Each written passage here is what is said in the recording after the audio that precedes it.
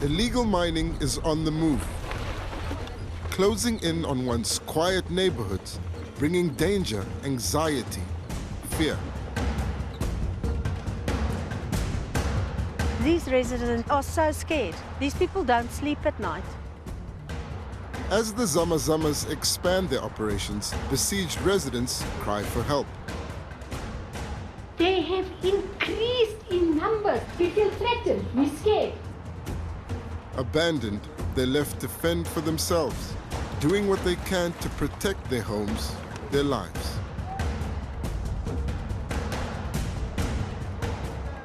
These communities are surrounded by gold. Even if I go and dig in my yard, I find gold. Blasting, running gun battles, and informal structures mushrooming right on their doorstep. Daily life is becoming a nightmare for these Benoni residents, and they blame illegal miners. Morning. Morning, good morning. Hi. Marinda Carte Blanche. Nice to meet you. The mine dump next to the highway was a landmark of Benoni. It wasn't operable anymore, and everything was fine. Lately, you are so scared to go outside of your home. Marinda Beukes moved to Benoni on Johannesburg's East Rand 20 years ago. Even then, the area's once lucrative gold mines were already winding down. Few had planned on how best to keep their defunct shafts sealed and fenced off in the long term. But there's still enough gold underground for illegal artisanal miners or zamas to scrape a living.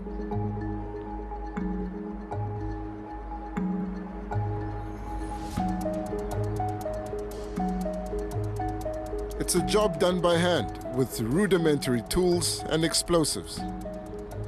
And as the zamas and their rock blasting crept ever closer, Marinda and her fellow residents set up an association as a first line of defense.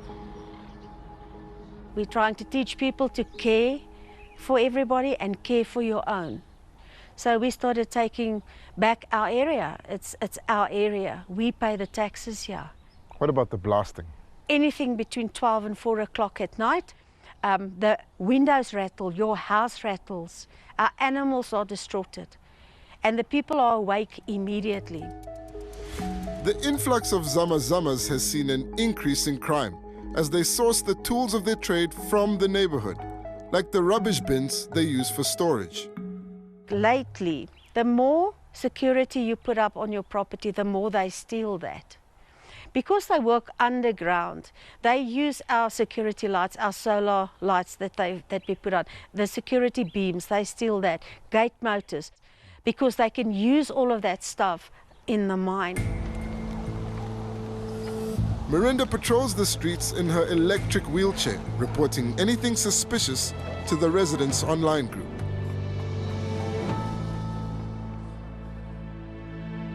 The zamas work day and night, so the group is constantly on alert. Even so, they were powerless to stop the digging that disrupted these local businesses. The zamas simply cut the fence and started digging. In response, the businesses have already spent about R500,000 putting up a wall. But just days after our visit, the wall was damaged, as zamas went on a raid to steal lights. Some of the miners are willing to talk. A mix of locals and foreigners, they're working above ground, washing the soil and panning for gold. They insist they keep to their side of the wall. They put the wall up. Yes. This partner is sebenza ngapha, thina angeke singena ngapha. Behind me is where the illegal miners work. And this road leads to the informal settlement where they live and conduct their trade. We've been warned not to go there. Close to the nearby suburb, an entire village is flourishing. Entry is tightly controlled. It's a world that exists above ground and below. A complex of temporary shelters and other structures surrounding the entrances to a maze of tunnels. All right, we're on the road leading into the well, the village for illegal miners. This is where their operations are based. It's where they refine the gold. It's also where they have a market and exchange goods. We're going to try to go inside. We've been warned that it's dangerous, but we'll try to get through security and see what happens. At the entrance, we're warned not to go any further. We'd like to go inside and do a film. People here, they're going to be fighting for this camera inside. Sure, but we would like to speak to zamas. That's why we came. Those people here, they are not right. Those ones, they're having illegal things. So if we go in there, we could get shot. That's place. Our safety not guaranteed, we proceed while filming undercover and encounter a chaotic but surprisingly organized community. Some work underground, others process and trade gold in the village. And a makeshift market appears to be thriving. Our time here is limited because we have a looming interview in the suburb. But a message says she's had a change of heart because of pressure from other residents.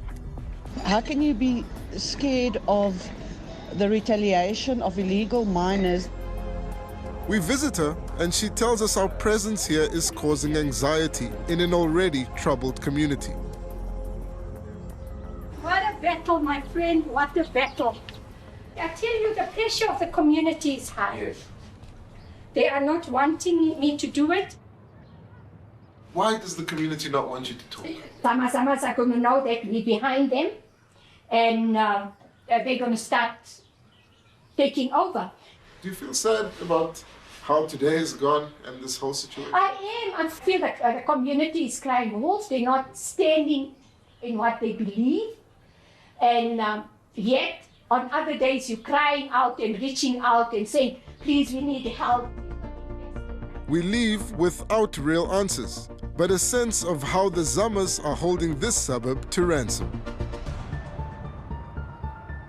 We encounter more miners just outside her house. Tell me something. The people around here say they're very scared of these illegal miners, that they're super dangerous. It's a world on their own. If you don't look for a problem, the problem will come to you.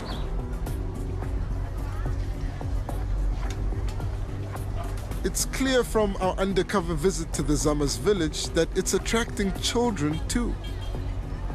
It's why some residents, like this member of the local community policing forum, want the situation dealt with humanely.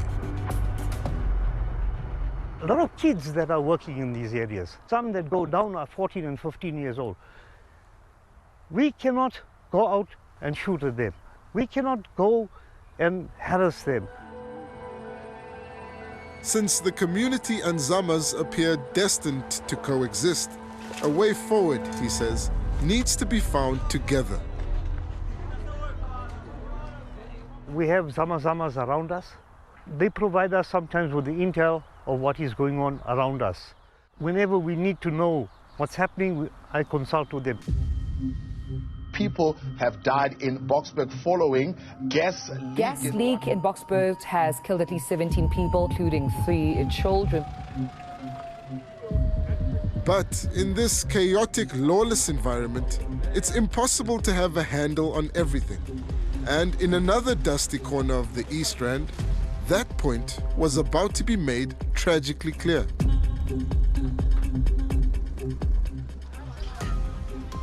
As we were filming just 20 minutes away in Benoni, we received news that tragedy struck right here in Boksburg. What we discovered is something very similar. And this shows that unregulated mining is dangerous and can be deadly. A gas bottle, to be used as a primitive gold refining machine, has been cut open in one of these shacks. The fumes have killed 17 people.